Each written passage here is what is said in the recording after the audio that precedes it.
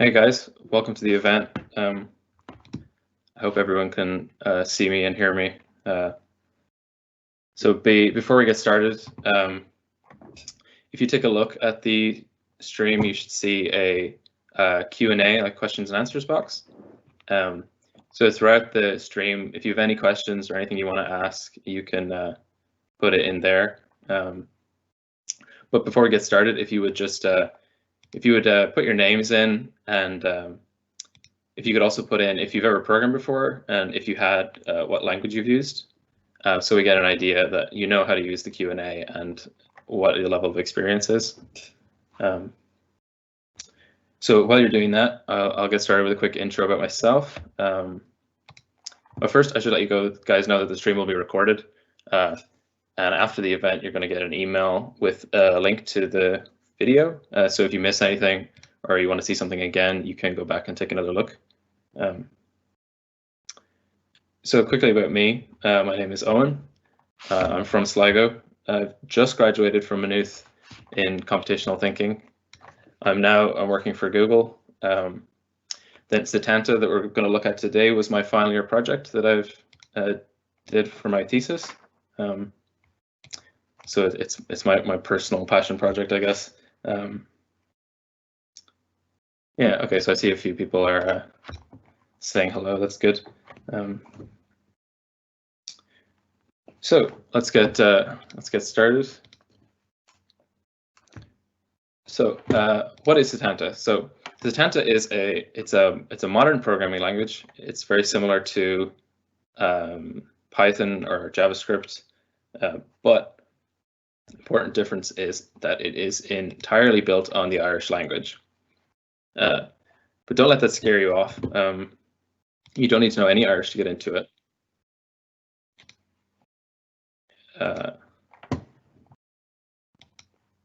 Sorry, now I have forgotten to share my screen, which is a fairly pivotal thing to do. So let me do that. Okay, yeah, hopefully you guys should be able to see that now. Oops.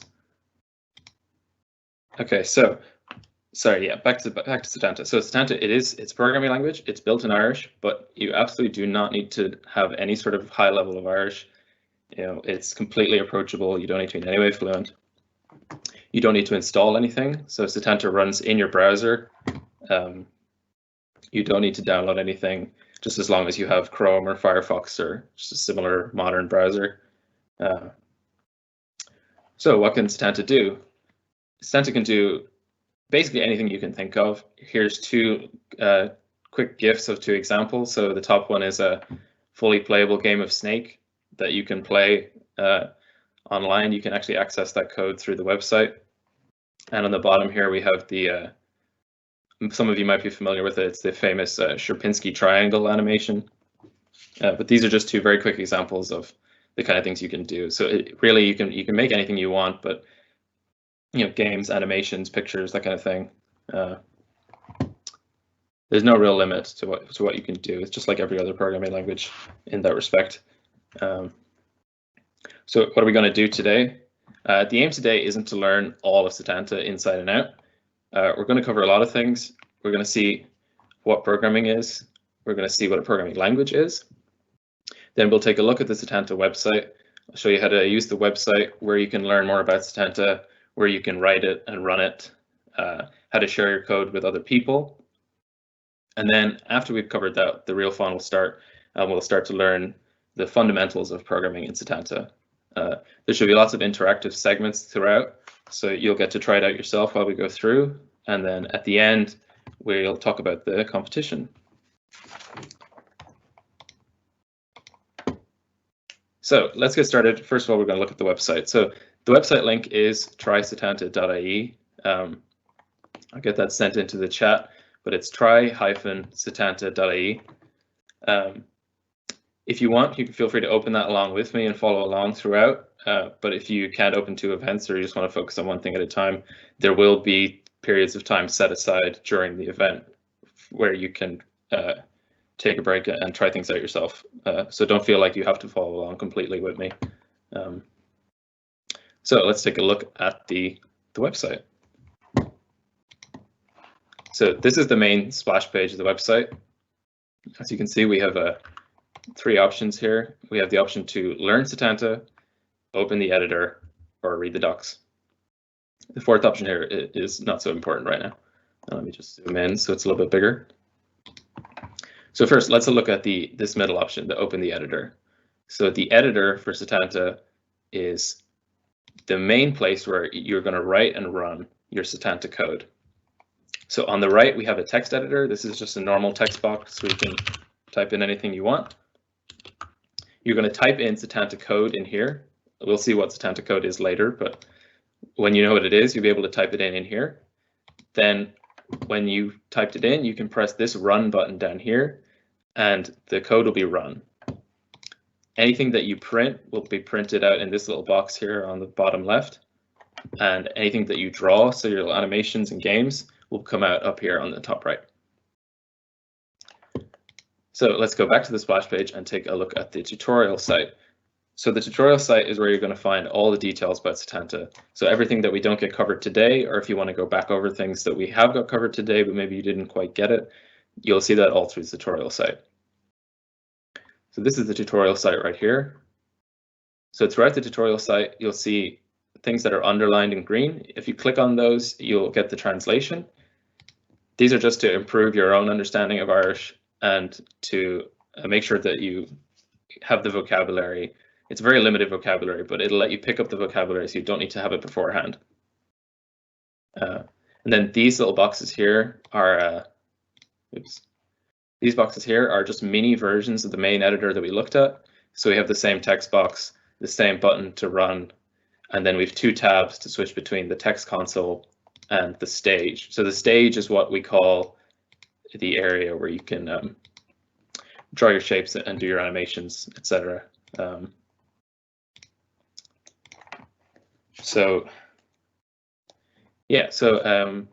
the last thing on the splash page, if we go back to it, is the documentation. So the documentation is where you'll find all the technical details. So if you are looking for a specific detail that maybe you missed out on, or the name of a specific function, it's available in English or in Irish. But this is, you'll take a look at this after the fact. This isn't so important right now.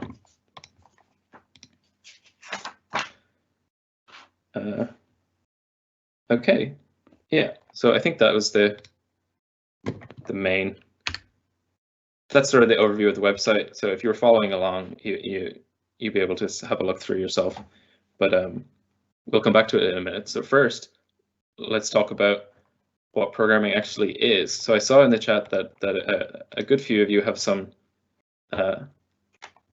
rough experience, some beginner experience with that, and some of you are new. That's good. So for the new guys, we'll talk about what programming actually is.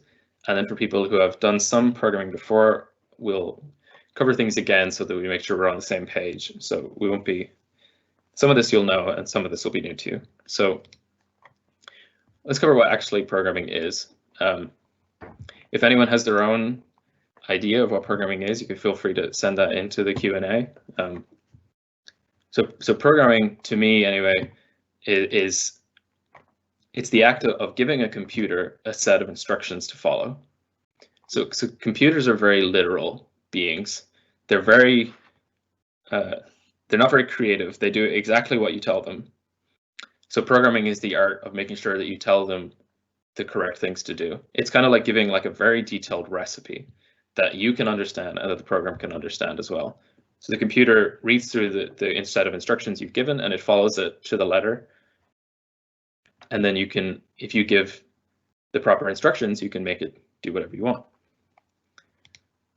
So how do you actually write those instructions? So computers can't understand English or Irish very well. So how do we have some, we need some language that both humans can understand and computers can understand. And we need a way to make sure that it's very explicit because as I said, computers are very literal. They will do exactly what you tell them to.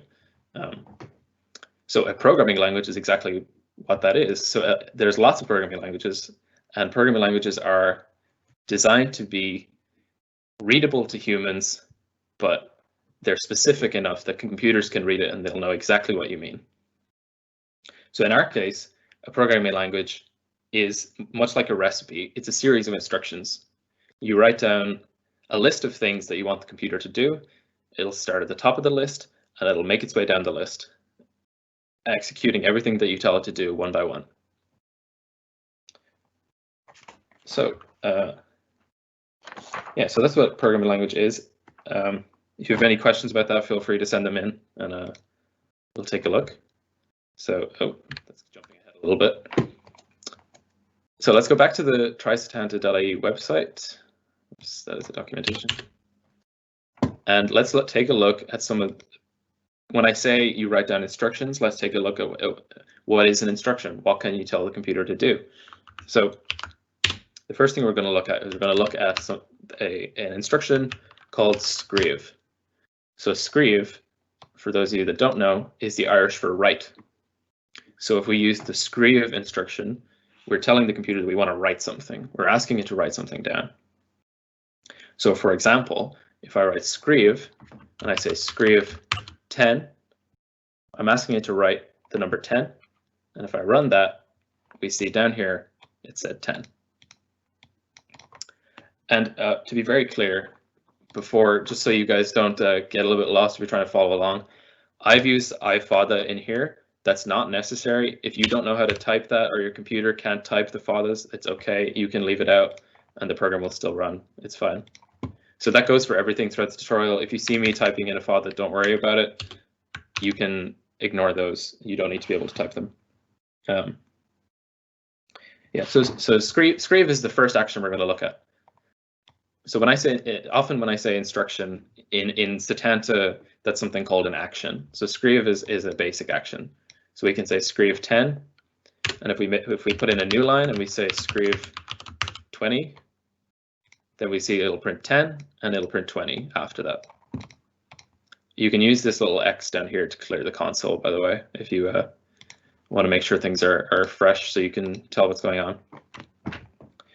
So we've been printing numbers.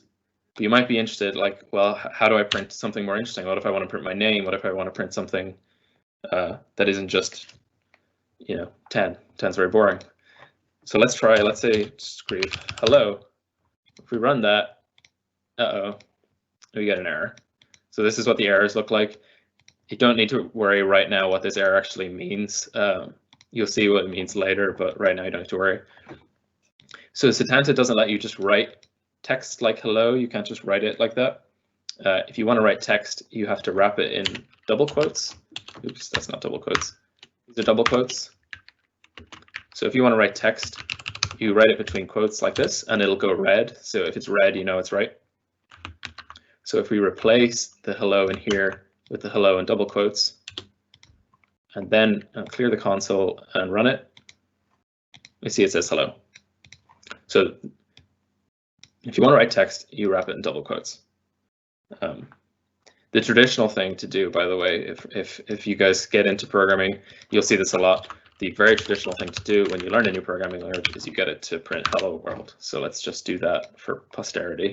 And there we go. So you see it worked. So what else can scríobh do? We can also get Setanta to do calculations for us. So if you're, you've got some annoying long calculation you need to do, 20 times 3 minus 100, blah, blah, blah. If you just type that in, clear the console, Setanta will just take care of it for you. So I'm not going to go through that. I can't do maths in my head, but that looks about right to me. So Setanta will take care of all your maths for you as well. So text and numbers, those are two of the main things that you can use in Setanta. We'll see some other ones. You're not limited to just adding numbers. You can also add text. So if I say, so my name is Owen Davey. So if I say Owen, text that says Owen plus text that has a space plus text that says Davey, it'll actually add those together and it'll write my name with a space in the middle. So you can add text as well. So we're going to go straight to an exercise. So if you guys open up this trysetanta.ie. I'll send you this link here. So, okay, this is quite important. I should have mentioned this at the start. This button down here, the one that looks like a link, if you click that, then in a second, the URL at the top will change and you'll get this like long gibberish bit at the end.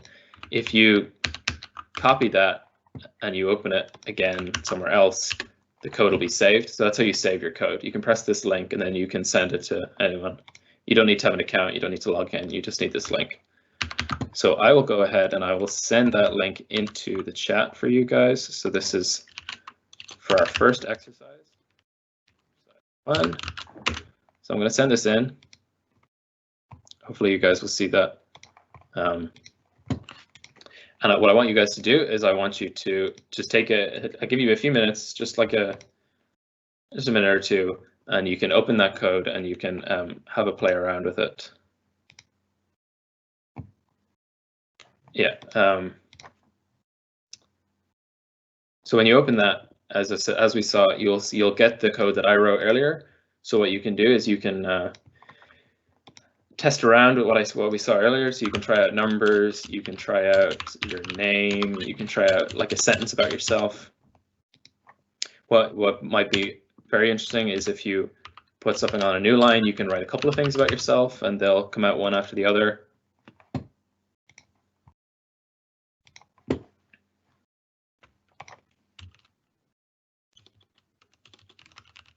So yeah, I'm being reminded here that I'm a little bit behind, or the text is a little bit ahead of you guys, so you probably got that link a little bit early, and I might have been a bit confused by it, but so apologies for that. So this is the exercise anyway. I'll leave this up on the full screen so that you can remember, and I will just give you a few minutes to play around with it.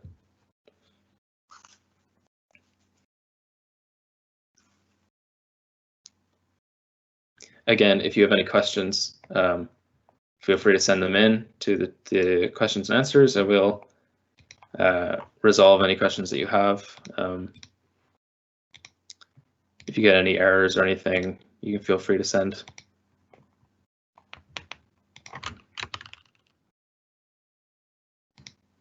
Oops, skipped ahead.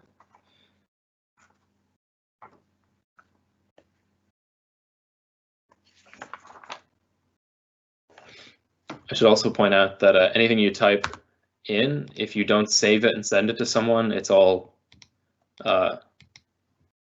only you see it. So you feel free to type in anything you want. And don't have to worry about someone else reading it unless you send it to them. And then if you know someone else who's doing it with you, like if there's a few of you doing the event, you can send the code to each other. That's okay.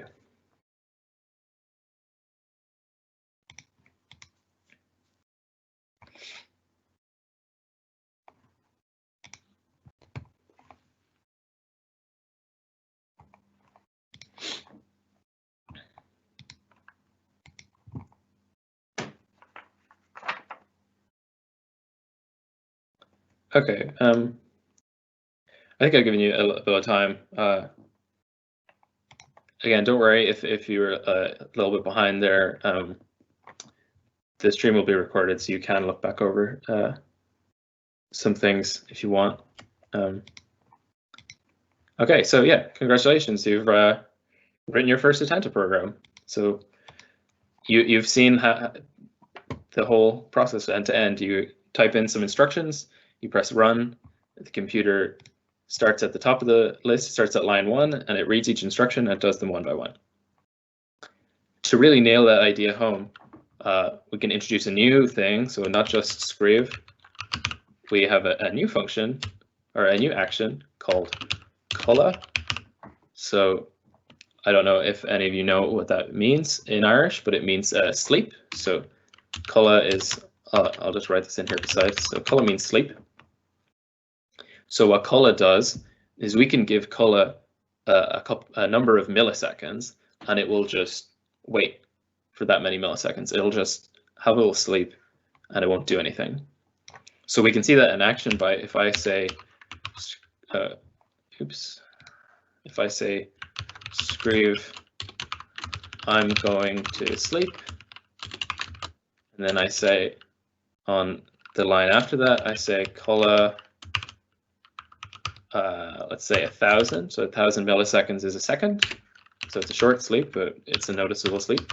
And I say, I've woken up.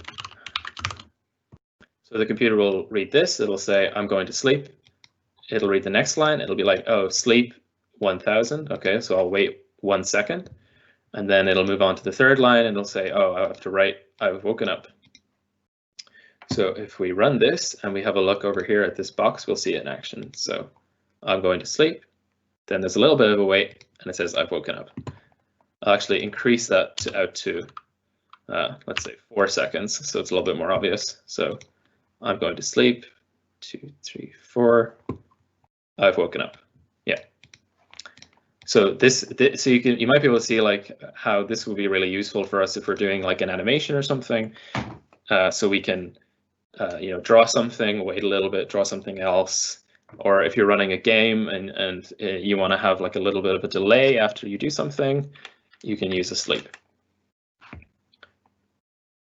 So this sleep, so colla, which is sleep, and scríobh, which is write.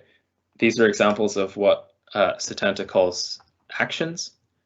So in Setanta, an action is something that we can use to perform an action, like sleep or write. You can actually make your own actions. I don't think we'll get around to seeing that today, but when the event is finished today, you can go through the tutorial page and you'll see how you make your own actions. And you can make some very complicated actions that can do some very interesting things. So this is all well and good, but this is it's quite straightforward so far. You start at the top of the list and you make your way down. So it'll always do the same thing.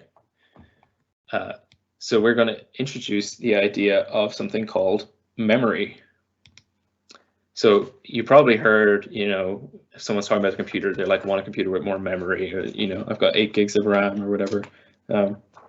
So memory is very important to computers because it allows them to remember things. And we can ask Setanta to remember things for us. And the name that we use for things that we want to remember is called a variable. So a variable is kind of like a box that you can put whatever values you want in it, and then the box has a name. So you give a name to the box and you can put whatever you want in it, and then later on you can tell Setanta, hey, go look in the box that I called X and use whatever you saw in it. So to make a new variable, we use a colon equals. So colon equals means make a new variable. We put the name on the left, so let's call it my underscore variable. So we're saying my variable is my variable is the name, and we're making a new variable, and let's start with the value hello. This, when Setanta reads this, it goes, oh, I need to make a new box. The name of the box is called my variable, and the value in the box is hello. For those who are interested, the Irish for a variable is an athróg. Whoops, my keyboard is not playing. So that's the Irish for a variable. So if you see that in an error message, that's what it's got something to do with your variables.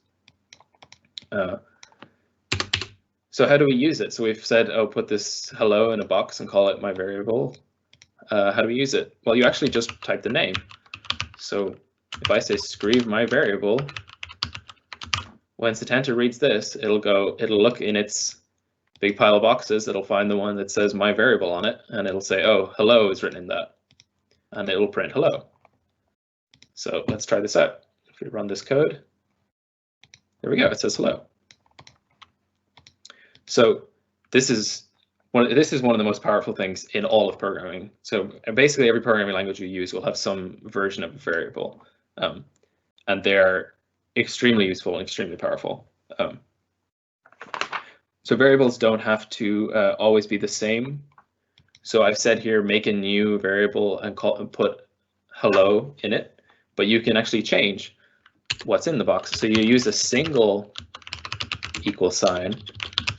So just one, not colon equals, you just use a single equals, and you say single equals, and you can put something else in it. And it doesn't even have to be, so we put text in it at first. This can be something else. We can put in a number now. We can totally change what was in there.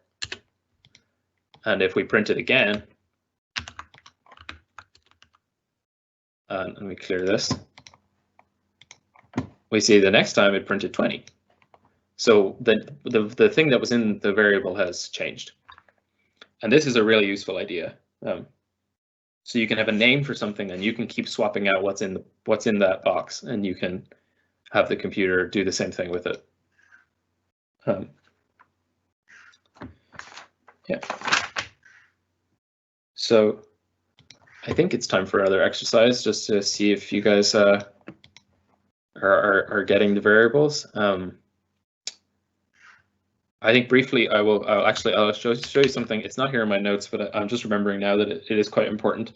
We won't need it in our own tutorial, but this is, I guess I'll call this advanced section. So don't worry about this if it doesn't make much sense to you. But you can use the value that's in the box already to make a new value and then replace the value that's in the box. So if we write, that's a bit of confusing wording, but I'll explain it here. If we write my variable is my variable plus 10. So we've used the name here on this side. So we're saying make my variable equal to my variable plus 10. And when Setanta reads this, it'll go, okay, let me figure out what this is on the right. It'll go, oh, my variable is 20. So my variable plus 10 is 30. And then it'll replace it. And then it'll put 30 in the box. So we'll, if we print one more time, the third time it should print 30. So just to go over that again, because it can be quite confusing. When it reads this line, it's saying, oh, you want to change the value that's in the my variable. And to do that, you want to change it to this value on the right, this my variable plus 10. So it'll look up, what's my variable? Oh, it's 20. I remember that from earlier. And it'll add 10 and get 30. And it'll print 30. Okay, yeah, so that was the advanced section. Don't worry too much about that if it doesn't make much sense. It's explained in the tutorial if you want to go back over it. So let's jump back to the exercise. So there's a link here that I'm going to send to you guys. If you open the link, I'll send it to you soon. We'll see some code. It'll say the first line makes a new variable, says your name here. Feel free to put in your own name.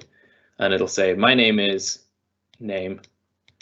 My age is age. And the challenge here is that there's no variable called age. So you need to make a new variable called age and set it to your age. So yeah, I will send that link to you guys in a second.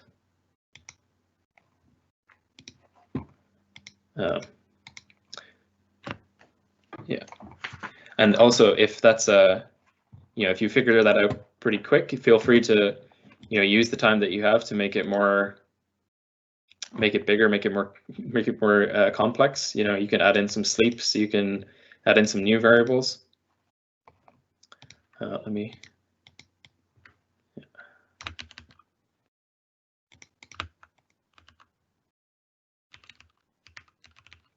Exercise 2. Okay. Yeah, so you should see that in your Q&A box by now, hopefully. And then while you're looking at that, if you notice on line 3, where I said, Skriv, my name is name, you notice I used a little comma in here, and we haven't seen that yet. And what a comma is a comma allows you to, sorry, let me step back. So an action like Skriv takes what are called arguments. So you tell it, so Skriv can write things, and you say, and then between the brackets, you tell it what you want to write. But you can actually give it more than one thing to write. and then you separate them with commas. So if I delete this for a second, if I say Screeve, hello, my name is Owen. So I've actually asked it to write 4 different things. So I'm saying, oh yeah, I want you to write hello. I also want you to write my name, and then is, and then Owen. And Screeve will write all of those things out, and it'll put spaces between them. So just if you're wondering what that comma is about in the exercise. So I'll give you guys a few minutes to have a read through and see what you think. Again, if you have any questions, we're here to help. Anything that you want to be resolved, you can send in, and they'll take a look at. And then after this, we're going to start drawing some shapes. So we'll see we'll start using this other section, and we'll see how do you draw circles, how do you do animations, that kind of thing. How do you mix colors, all that. That's where the real interesting stuff begins. Then you can start actually doing things that might impress people. And you can send the code to people and say, run this, look what I did.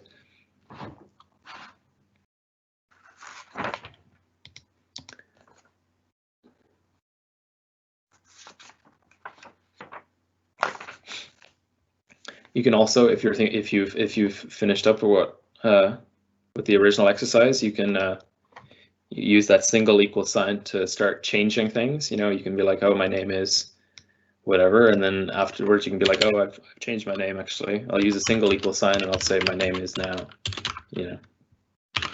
Robert De Niro is my name. You can write it again, and that value will have changed. Whoops. Oh, it's not called my name, it's called name.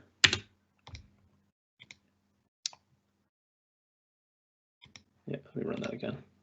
Yeah.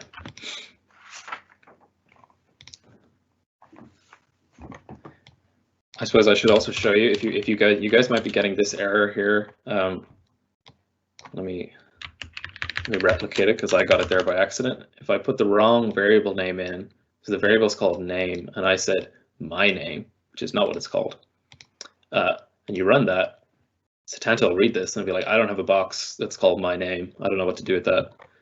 So you'll get this error that says Níl ahrog glanam my name. So as we saw earlier, an ahrog is a variable and an anam is a name. So what it's saying is there is no variable with the name my name. And you look at that and it'll highlight it in red for you, and you'd be like, oh yeah, it's actually called name. It's not called my name. So just delete that, clear it, run it again, and it works.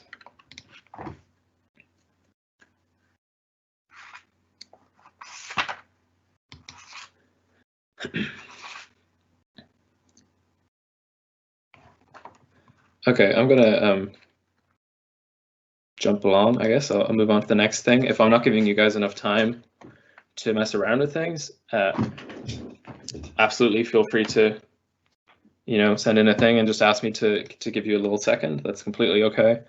I'm sure you will not be the only one if I'm going too quick. Yeah, okay. So the next thing we're going to look at, do I have a little slide for it? I think I do. Yes. We're going to look at what is called the stage. So I opened that slide too early.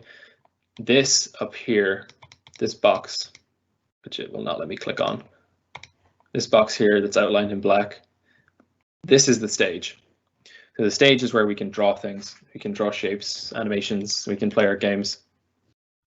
If I open that snake game I was talking about earlier, which, oh yeah, by the way, if you want to see any example programs, there's a handful under this button up here called samhraidh, which just means examples. If you click that, we see here snake game, or in Irish, Láthair. We click on it, and we press play. You can see up here, and I'm hitting the keys and playing the game. So where I'm drawing these little shapes, I'm drawing just a lot of squares, really. This is the stage. So this is where this is taking place. So let me just lose for a second. Okay. So now we're going to look at how do you actually use the stage? How do you draw your own shapes? So much like Screeve and Color that we were looking at earlier, we're going to use actions to do that. So we're going to look at some new actions.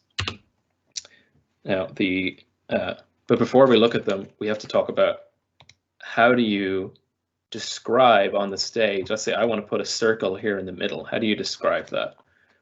We will use something that some of you will probably be familiar with and some of you will probably not, and they're called coordinates.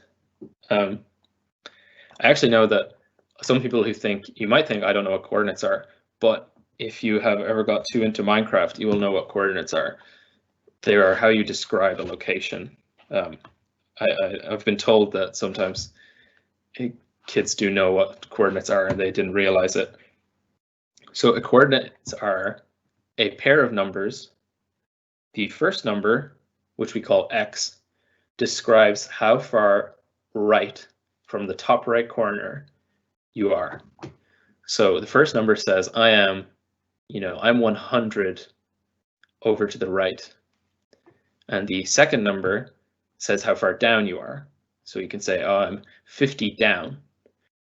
So the coordinate 150 is 100 to the left, or to the right, sorry, 100 to the right and 50 down.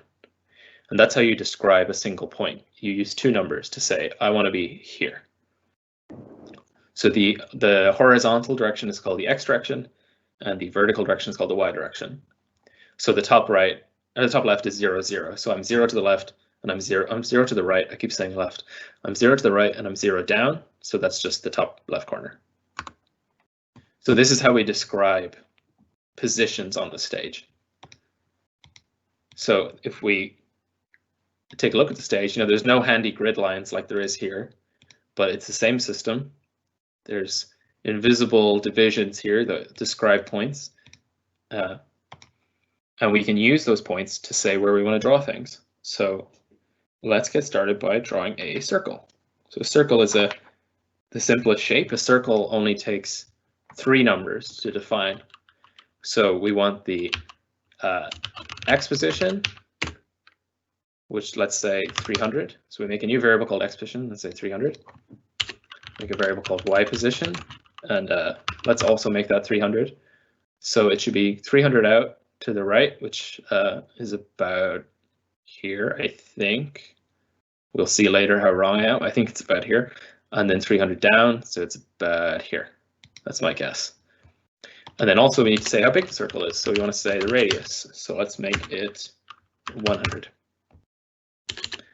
And then the action to draw our circle is circle, which is not a very difficult word to translate from Irish. It's translates to circle. And we have to use the @ symbol to get it from the stage. So don't worry too much about this. Just for now, just if you want to draw a circle, you have to say circle at stoice. Again, the fada is not necessary. If you can't type it, that's okay. But I will type it just for my own sake. Stoice means stage, and circle means circle. So this just means get the circle action from the stage. But again, don't worry too much about it for now. Just remember that that's what you have to write. And we give the circle action 3 things. We say the x coordinate where we want to put it, the y coordinate where we want to put it. So this is the center of the circle. We're saying put the center of the circle at x position, y position, and we say what the radius is. And now if we run that, we get our circle.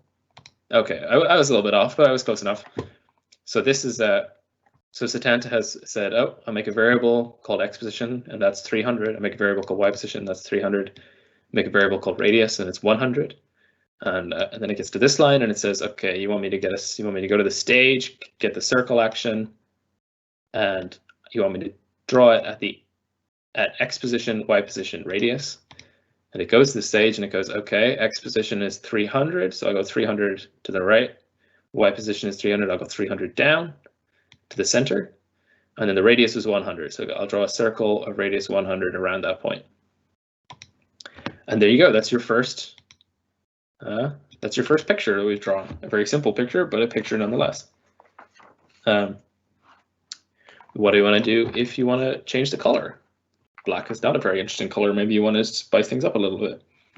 To do that, we can use a very similar, not very similar, sorry, a totally different, but also a stage action called da.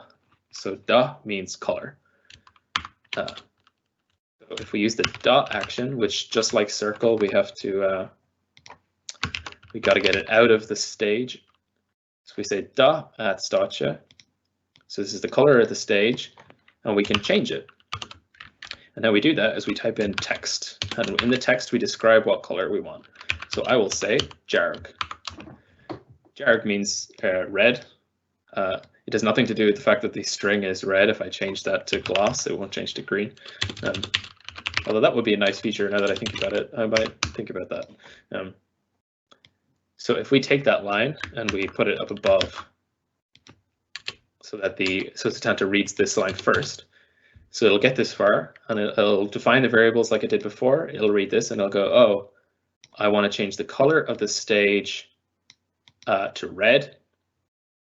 And then I want to draw the circle. And if we run that, we'll see that our circle is red. Now, Setanta is a very friendly language, so everything is in Irish, but it is aware that, some people are not that fluent in Irish. So it does also accept the color names in English. So if you want it to be in green and you don't know that the Irish for green is gloss, you can just say green. That is okay, and it will work. That's completely fine. Yeah, so don't worry about it if you don't know the name of some obscure, like does magenta work? Who knows what the Irish for magenta is? Magenta does work. Don't worry about knowing the name of that if you want to use it. That's okay.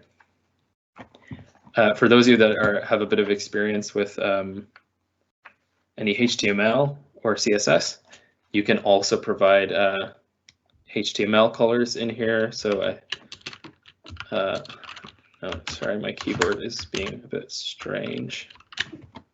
Can do it. There we go. So that should be black, I think. Or no, white. Yeah, sorry. Yeah, white. If you don't know what that is, don't worry about it. But just in case any of you out there do know what a HTML color is, that's what that is. So there we go. That's black. Yeah. So you can be very specific about what colors you want.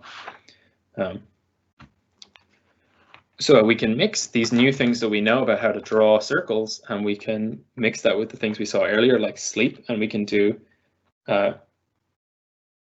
very simple animations. So like, let's take this. Let's change the color to red, or for now, but that does mean red. And let's draw 2 more circles.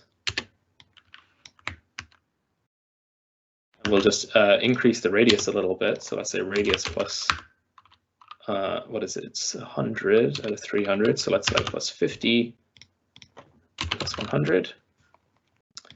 And if I run this now, it'll just draw it real fast. So it'll do the first circle, the second circle, and the third circle, and then stop, which is not very interesting. But let's change the color of the second circle. We can make it more animation-like if we put in some sleeps. So let's say, let's put in some like 500 millisecond sleeps, or let's say 1,000. So 1,000 milliseconds is a second. Let's put in some sleeps. So we'll sleep, draw the first circle, change the color, sleep, draw the second color, or sorry, draw the second circle, change the color, and then sleep one more time, and finally draw the third circle, and we should get a more interesting 1, 2, 3. So this is a rough outline of how you do animations. You mix shapes and sleeps in some sort of weird combination, and you can get nice little animations out of it. Again, if you look at the samples, there are some interesting animations. Pincy Square is a good one, if I remember correctly. Yeah, so this is just like an infinite nested square thing that I like. Not that much code, but it uses things we haven't seen yet, so I won't take too close a look at it. Yeah, if you want to find out, so you're not limited to just drawing circles, by the way. There are other shapes you can draw. If you want to find out the total list, if you click this Learn button, Folum means learn, which brings you to the documentation, which you can get to through the main splash page if you click Read the Docs. Brings you to the same site.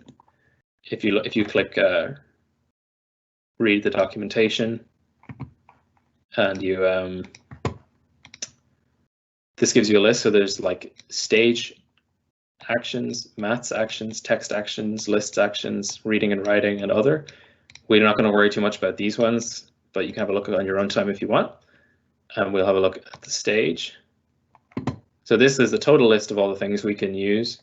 A little bit advanced right now, but I'm just saying if you want to draw some things that aren't circles, after this tutorial, this is where you're going to find your list of things that you can draw. So before I throw you onto the third exercise, I'll run through this one more time, just so we're clear on exactly what's happening here. So we've seen variables, so this makes 3 new variables, x position, y position, and radius. And we say 300, 300, 100. And this is just for ease because we keep using the x position. We use it here, and we use it here, and we use it here, rather than having to write 300 in each of these. If I go in and I change it to 300, this will still work. It'll be the exact same. It'll do the same animation. But let's say I'm like, oh, I want the circles to be over here. I want to increase the x direction. And I go, oh, I'll just, I'll change it to 400. But oops, I forgot to do the other 2 circles, and now it doesn't work. So if you just use a variable, you only have to change it in one place. And I can be like, oh, I actually want it to be at 400. And it'll move all of the circles over. Sorry, that was just a little tangent on why variables are useful in case you were looking at these and you're thinking, yeah, it's great. Why do I get them to remember things for me? That's a big reason why. So you can change one thing and it'll change it everywhere. Okay, sorry, big tangent. Back to the start. 3 new variables, x position, y position, radius, 300, 300, 100. So 300 to the left, 300 to the right, sorry, 300 to the right, 300 down, and then a radius of 100. So it reads these 3 lines, makes those variables, sleeps for a second, and then it says draw a circle at 300, 300 with 100 radius. It'll draw this black one because, oh, by the way, the default color of the pen is black. So if you don't change the color, it will be black when you start. Then it'll read the next line and it'll say, oh, change the color to Jared, which means red. Then we'll go to the next line and say, oh, I'll sleep for another second. So it'll wait. And then it goes, okay, what do you want me to do now? You want me to draw a circle at the same x position, the same y position, but a little bit bigger. So radius plus 50. Just a tiny, see, it's a little bit bigger. And so it'll draw that. And then it'll go, okay, what's the next thing? You want me to change the color to green? Okay. So I'll be ready. The next thing I draw, it'll draw it in green. I'll sleep for another second, so it'll just stop, wait for a second, and then finally, you want me to draw one more thing. You want me to draw another circle, same x position, same y position, at the radius plus 100. And that's why when you run it, it goes circle 1, change the color, sleep 2, sleep 3. So that's how that all works out. Yeah. So I'm going to save this code and I'm going to send it to you guys, and I'm going to give you a little bit of time. A little bit more time than previous, but I'm just going to give you a little bit of time to kind of mess around with it. I'll leave some names of actions that aren't circle up on the screen in case you want to try them out. So you don't have to. If you're happy with your circles and you just want to mess around with the circles, that's completely okay. But if you're thinking, I would like some rectangles, please, then you are completely free to use the things that I will throw up on the screen. So let me send this link to you guys. Hang on, where's the Q&A? Here it is. So I will say this is exercise 3, I think. So the link there was exercise 3. You should hopefully get it some point. There's a bit of a delay, and I keep getting confused about whether that means you'll get it before I say it or after I say it. I guess after I say it. And I will open up this page on the exercise. So yeah, I sent you the current code. I'm just going to give you some time to play around with it. You can change how long the sleeps are. You can change where the circles are. You can, oops, instead of using circles, you can do, so there's, yeah, I'll run over these. You can have a play around with it. If you're happy with the circles, you don't have to listen to me rambling, but if you're interested in some other shapes, I'll run through the ones here that are on screen. So if you say circle lawn instead of just circle, this means full circle. And this takes the same x, y, and radius as the normal circle function, but it'll fill in the circle. So I'll just take a brief hiatus to show you that. So if I change the last circle to circle lawn, it'll draw a black, red, and then a filled in green circle. So that's what that means. So if you add underscore lawn, it means full, and it'll fill in for you.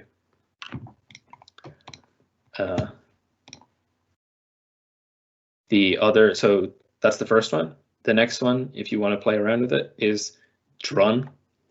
So drun is short for drunologue. I could have made you type drunologue, but that is an effort, and I don't know how to spell it off the top of my head. So drun is fine. So instead of taking an x, y, and a radius, it takes x, y coordinates for the top left corner of the rectangle, and then you provide the width and the height. So you say, I want to draw a rectangle with this width, this height, and I want you to put the top left corner here at x, y. So obviously, if you want to draw a square, you just make the width equal to the height. So there's no special function for squares. It's just a special instance of a rectangle. Then if you add underscore lawn, so you see I added circle underscore lawn, if you add that to drun, you'll get a filled in rectangle too. So just like how you can add that to circle, you can add underscore lawn and you'll get a filled in rectangle. If you, yeah, so I will, if me keeping blabbering on is a little bit distracting, if you're just trying to mess around with things and I'm annoying you, but do feel free to say, like, can we get a minute to catch our thoughts? That's okay. I won't take offense.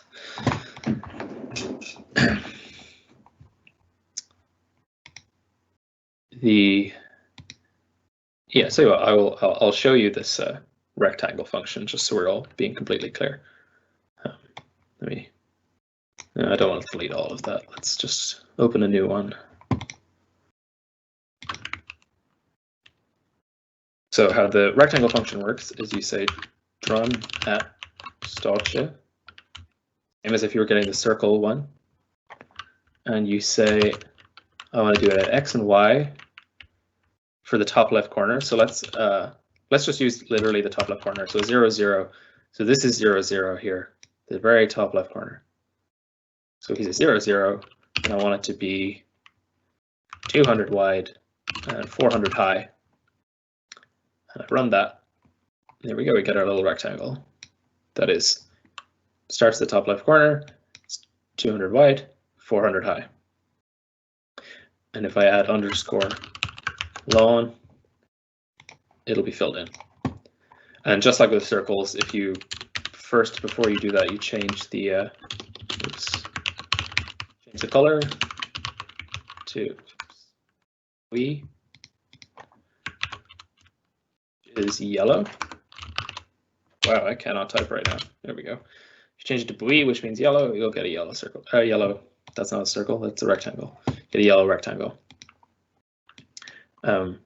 Again, if you can't type father, do not worry. It should, I hope, work with a lowercase, with a not a lowercase, but with a no father. Yeah, it still works. Good.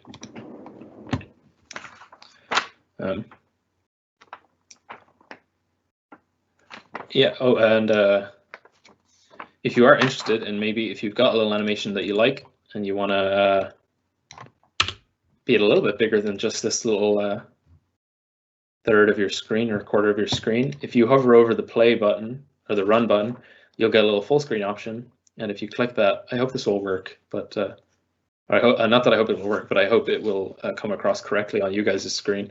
If you click that, it should run the animation for you in full screen. And then you press escape to leave. Yeah, hopefully that came across okay on you guys' screen.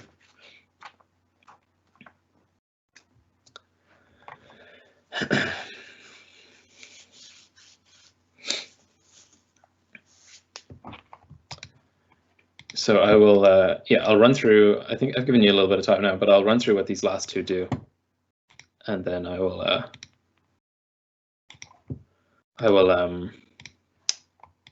yeah, then we'll move on. So there is, if you've drawn something and you want to get rid of it, so like if you only want to draw one circle at a time, instead of having the last circle you drew stick around, you can use glon. So glon means clean or clear. So you can say this, if you call this, it'll clear the screen for you. So you say get rid of everything. So if we stick that into our let's say after the first circle, actually after the sleep, otherwise it'll delete it immediately. After the sleep, it'll draw the first circle, and then when it draws the next one, it'll get rid of the first one for you. So that's what glon does. Glon's very useful because sometimes you want to, you know, like with the snake game, if I draw a square here and the snake moves, I want to get rid of the old square. I don't want the snake to just infinitely keep getting longer. And then the last one that is on this slide, it is not the last graphics function, but it's the next simplest to describe, is a Lena, which is just a line. So it's exactly what it sounds like. It's a straight line from one point to another point. And how you describe that is you say that x1, y1 is the coordinates of the first point, and x2, y2 are the coordinates of the second point. So you can use this to just draw a straight line across the screen. So let me open a new one, and I'll just go, you know, Lena state. Let me get, yeah, sorry, Lena at station means get the action from the stage. Oops. I'll say from 0, 0 to 200, 400, and I run that, and there we go. There's your line. So you can use that to draw more complicated shapes that maybe don't come built in.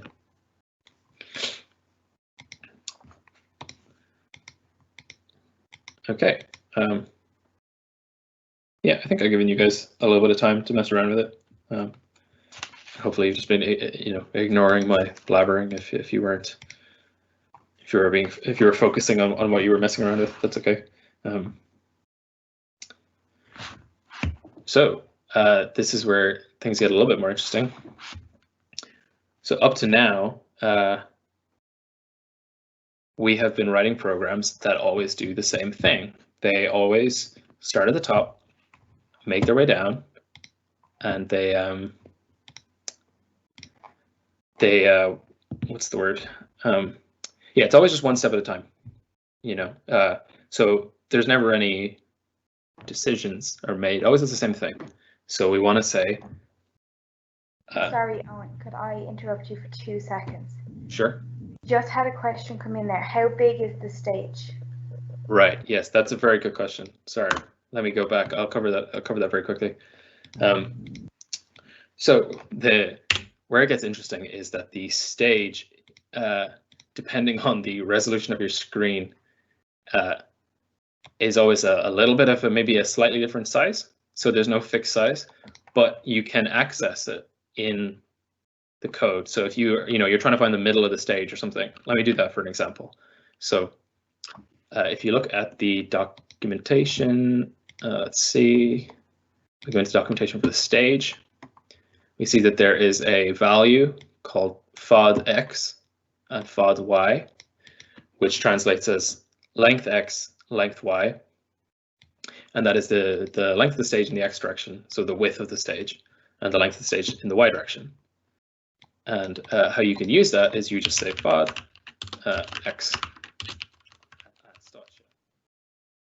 If we want to find the middle, so let's say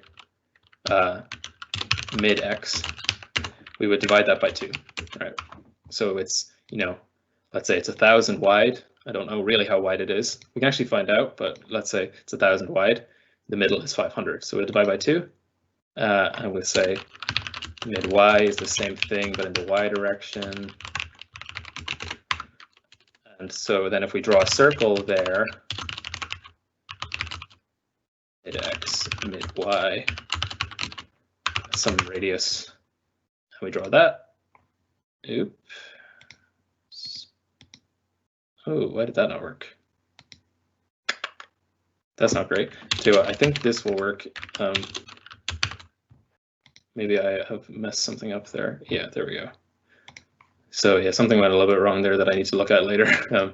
But yeah, so fod x, fod y. Basically, I changed the name of these functions very recently, and I guess I updated the docs, but didn't actually update the website, which is not great. But this is the old name of those. So you can say fod x in uppercase and fod y, and that'll get you the width. So just out of interest, how wide is the stage right now?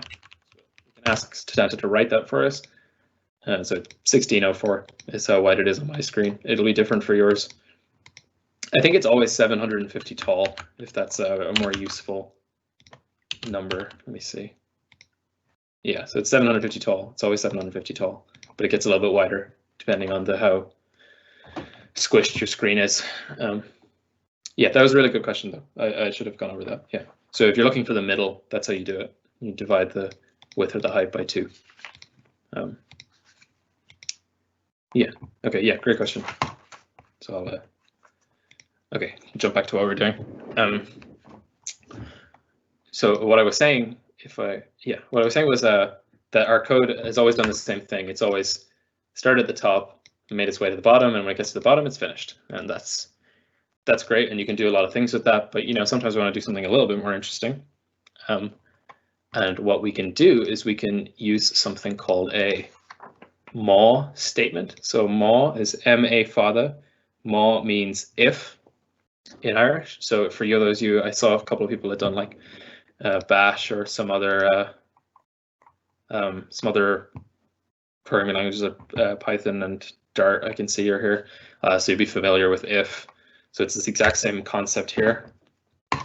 So the structure of the code looks like this. You say mhá, M-A father, you say if, and then you write some sort of a check. So something that is either true or false. So in this case, we're saying name, which is presumably some variable we declared before, equals Owen.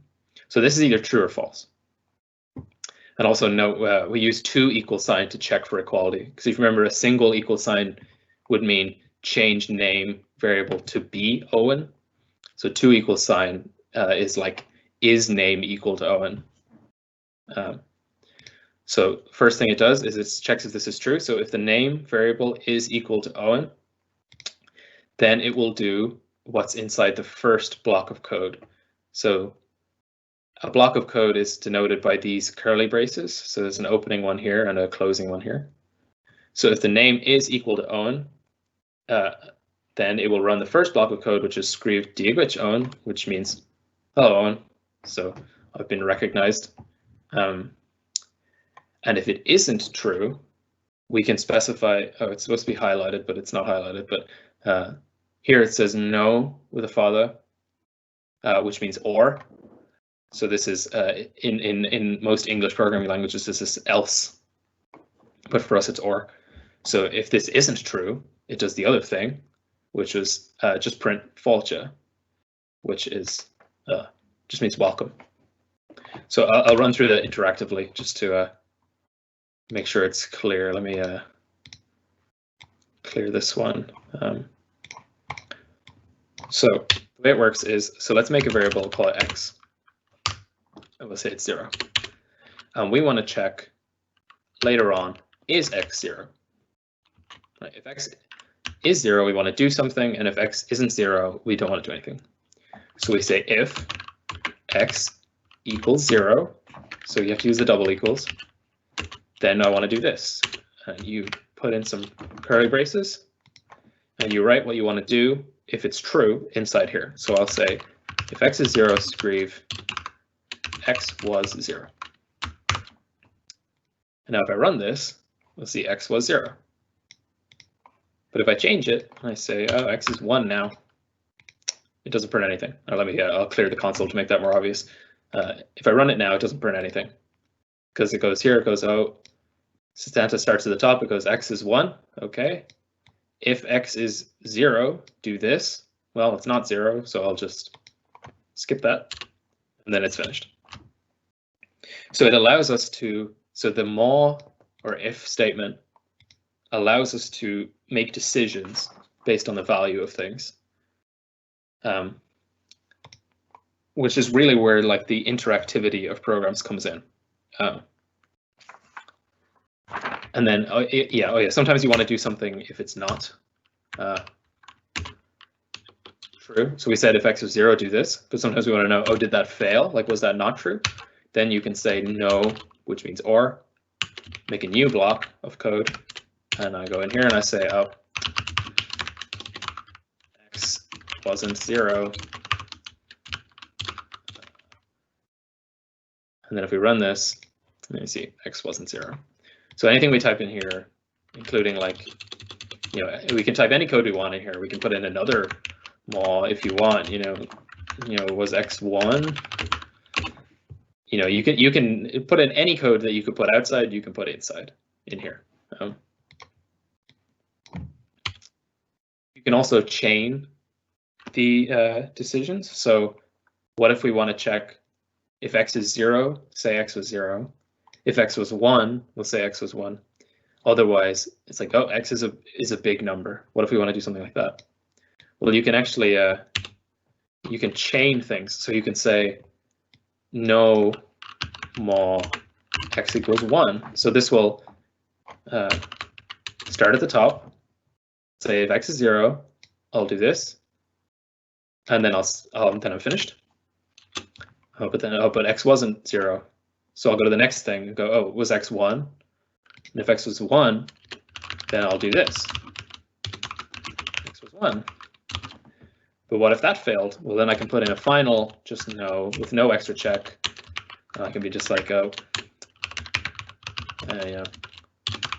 x was big.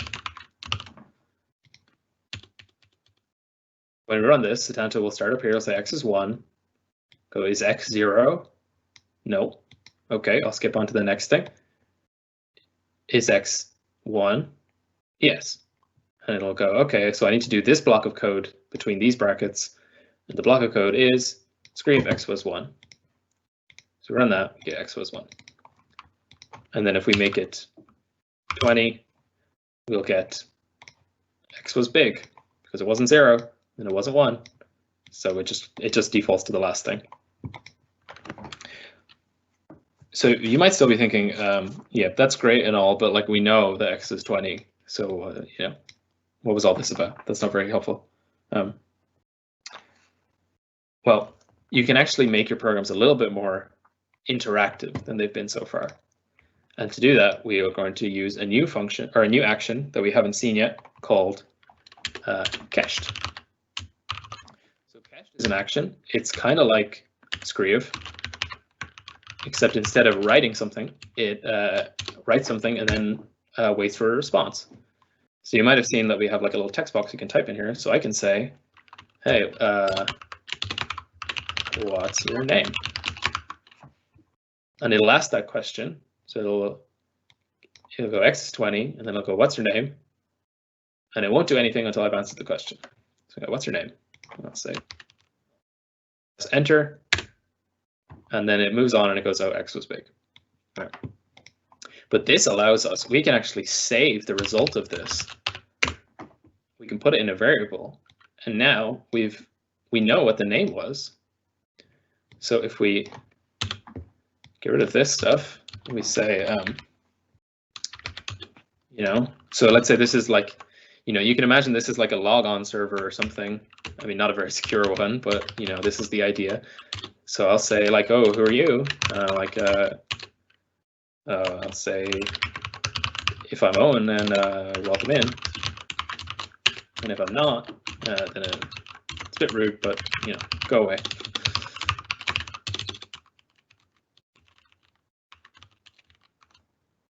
Now, if I clear this, I can run it. I'll say, what's your name? I'll say, uh-oh, welcome in. And if I say, I'll run it again, and I say, you know, not Owen. And it says, oh, it wasn't equal to Owen, so go away. It's very crude, like login system, but you know, you get the idea, I hope. So this is where programs become really interactive. And that's really where you can start making games. You know, you could you can really like test. This is where programs don't just always do the same thing anymore. Is when you have user input. So Kesh is a basic way. Setanta also allows you to do keyboard input, like with the snake game we were playing.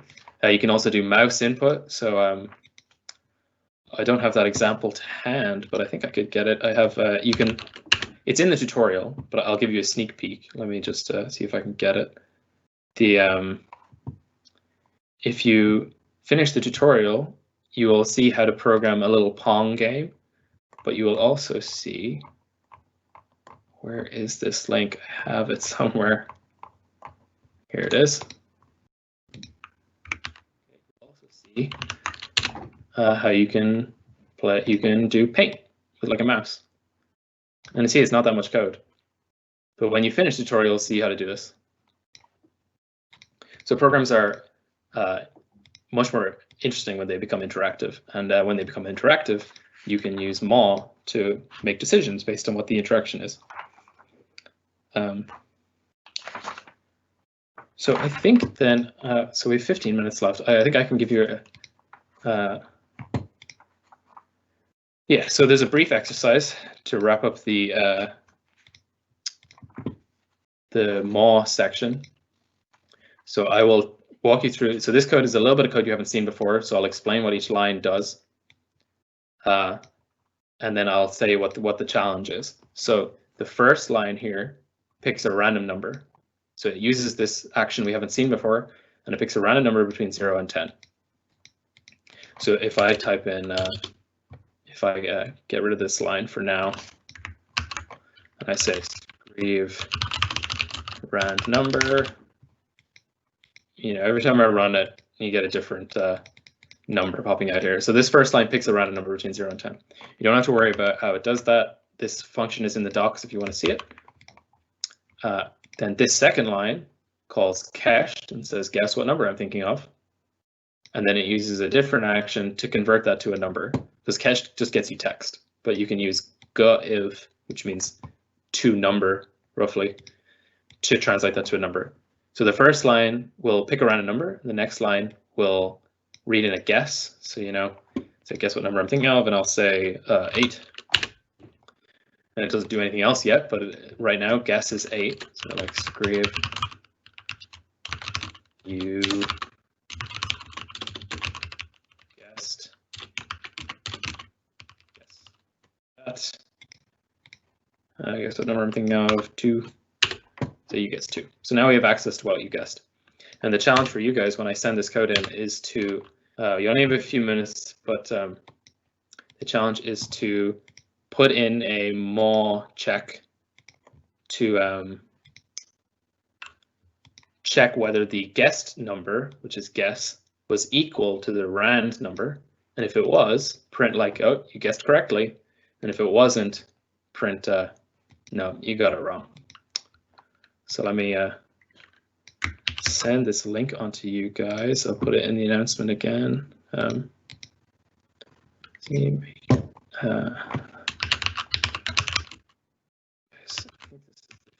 Exercise. So again, you'll get this. You'll have got this a while ago, but I'm sending it to you now because of the delay. Yeah, so this is your challenge. So the first line picks a random number. Second line asks the user for a guess. Your challenge is to add in a mhá, meaning if, statement to check if the guess was right. If they got it right, you say you got it. If they didn't, say not this time. And that's your challenge. See if you can do it. If you need any help, the Q&A is there. I'll run through it when we're finished, just so you can see that if you figured it out. And if you did, that's great. You figured it out. You're really getting the idea. And if you didn't get it, don't worry about it. It's all like a learning experience. And the tutorial is there to really like walk you through things in a little bit more detail that I'm going through. Because we only have an hour and a half, I'm skipping a lot of things that you might want to know. But it's all there in the tutorial. So when you finish up, when we're finished up today in about 15 minutes, then I will highly recommend that you go to the Setanta website and you take a look through the tutorials. And you get to see everything. By the time you finish the tutorial, you'll have understood how the I think I've lost it. How the paint, here it is. How the paint program works. You'll get that. You'll also have played a Pong game. You'll have written that yourselves by the time you finish. And then that will all be very useful for the competition that we will talk about very soon. But yes, I'll give you guys some time. Yeah, I'll leave this slide up as well, just so you remember what the mhá thing looks like. For those of you who are familiar with other languages from before, this should feel quite familiar to you. I think this particular piece.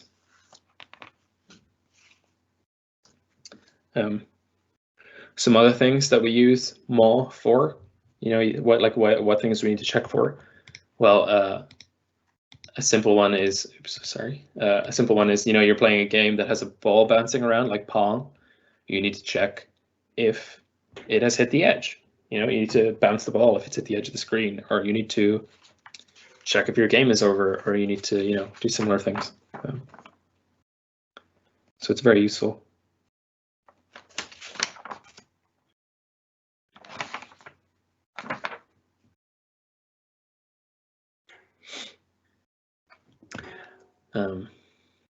Yeah, so I'll give you another minute there to do that. I'll show you something actually briefly. You might be interested. You might be asking yourself, well, how do I check more than one thing? So let's go back to this example that was like the quote unquote login page. So let's say it asks for the age too, right? So it doesn't just believe me if I got my name right that I'm who I am. To say, what age are you? And spoiler alert, I'm 22. So we might want to say, and I'll use, I'll do that. We might want to say, it will only welcome you in if you got the name right and the age right. So what we can do is we can use the and symbol that you're used to, just a single little ampersand, and we can say and. So if the name is equal to Owen and age equals 22, which I'm putting in as text right now because Kesh returns text, but don't worry about that too much. This is the main thing, is that we're using and to check more than one thing. So if the name is Owen and the age is 22, then we say welcome in. So what's your name? Owen. What's your age? 22. Welcome in. But if we get one of those wrong, sorry, let me restart that. If we get one of those wrong, so what's your name? Owen. What's your age? 21. Go away. Got it wrong. If we change this to a pipe character, if you can find that on your, if I can find it on my keyboard. Sorry, I'm using a weird keyboard right now. Is this it? There we go. If we use a pipe character like this, that means or. So it's kind of, if you get the name right or you get the age right, which is a very bad login system, but then it'll let you in. So it'll be like, what's your name? Not Owen. What's your age? 22. Welcome in, because you got the age right. So you can use and or to do more complicated checks. Okay.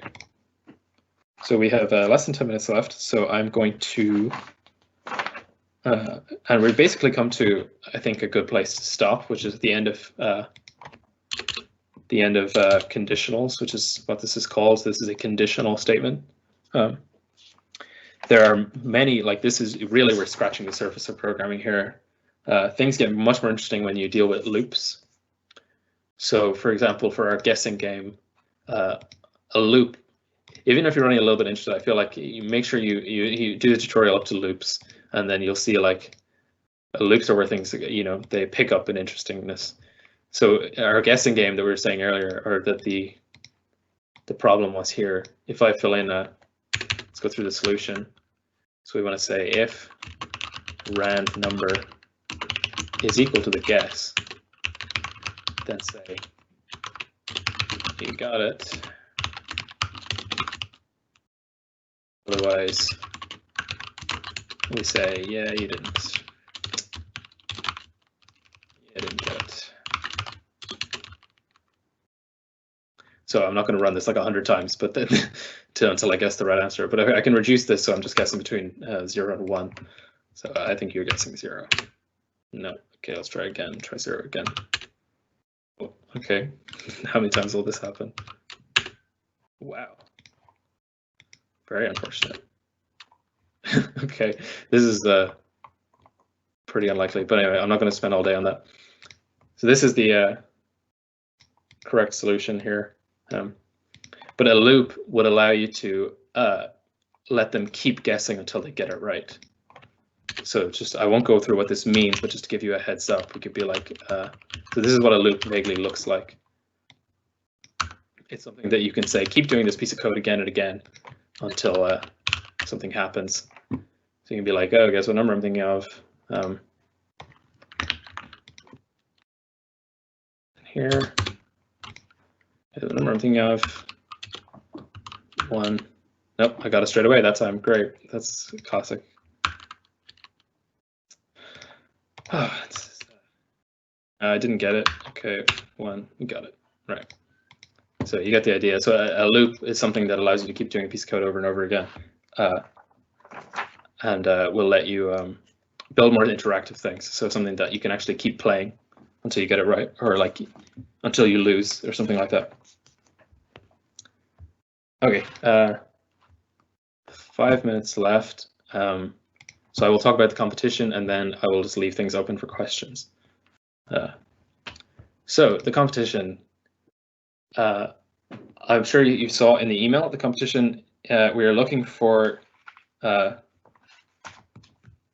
basically, we're just looking for a Setanta program. It can be whatever you want. You know, it can be a game. So if you go through the whole tutorial and you know how to make a game now, you can make a game. You can take like the snake game and add in new rules, or you know, you can do something, whatever you want. You know, the world's your oyster, really. There are some suggestions in the tutorial on how to make one of the games that you see more interesting. You know, you can go through one of those, and that'll be like a technical challenge. You can just make an animation. You can make an image. It doesn't have to have any graphics at all in it. You know, you could do, if you're interested in maths, you could have it do something maths, like finding prime numbers or something. That's totally allowed. So what you're going to submit is you're going to write your code. You're going to click the save button. That'll give you a link like this, and that's the link is what you're going to submit. Now, if your program's a little bit complicated and it's not just obvious from reading it what it does, you know, if it's not just run and it does an animation, or it requires something a little bit more complicated, you can use what are called comments. So a comment in a program is like a line where you can type whatever you want and the computer will ignore it. So in Setanta, if you start a line with the greater than symbol, hyphen, hyphen, see it goes a little bit orange. Now anything you type in here, any gibberish, will just be completely ignored. And you can put those anywhere throughout your program. So those are great for just leaving little notes to yourself or whatever. So it's just that you know that they will be completely ignored. And it'll be in orange to remind you that this isn't code that will be read. So if your program's a little bit complicated, you can be like, oh, you need to press, oh, my P character is not working on my keyboard. Okay, that's not great. Let me try and fix that. There we go. You press run and then enter your name. You know, it's just some instructions. So feel free to include instructions at the top if you need to. then you will get your age or some, anything you want. You can type it up here, any instructions. Yeah, so then you'll save this, you'll click save, you'll get a new link, and then that's the link that you'll submit. And then we will have a read through them all, try them all out, and pick our favorites.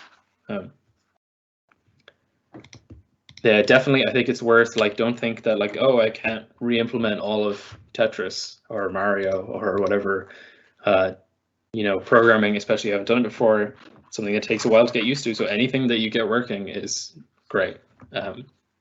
So don't feel like you need to do something very impressive to, be successful. Anything, anything that's inventive or fun or interesting, anything you want is great. So yeah, I think that is all the details of the competition that I need to go over. Apart from that, I think we are just about finished, and I will leave the floor open for any questions, I guess. So feel free to throw the questions to the Q&A. Any questions about anything you want me to explain again? Is there a way to do a certain thing? Like, how do I make a list or anything like that? Anything I can explain briefly, I'm quite happy to do so. Anything like that. Otherwise, thank you very much for listening. I hope you guys have been interested. I think the overlap or the intersection with Irish and programming is, unexplored. And this is really the start of it. And I think there's a lot to be found in here. I didn't have time to go over it in detail, but the actual design of Setanta is takes inspiration from the Irish grammar in certain ways, and it leads to some interesting constructs.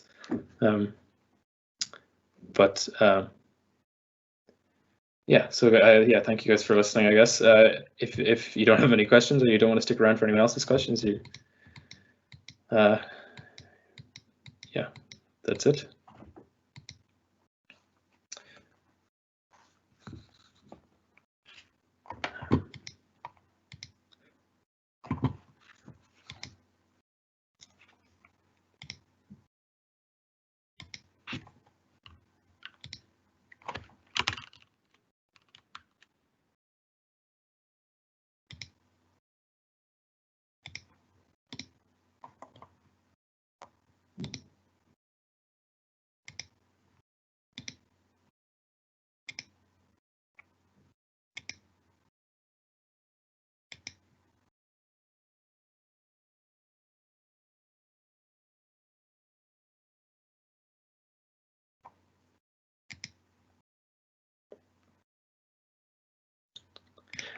Yeah, actually, that's yeah. I see the slide up there. I should, for any of you who are still listening, I really should thank everyone who helped out here. I did the Setanta was my final year project, so I got a lot of help from the department and from Professor Barak, who's my supervisor on the project. So it was a great help, and also a huge shout out to Amy and Evelyn for the Trojan work they've done for the summer camp, a lot of after hours work.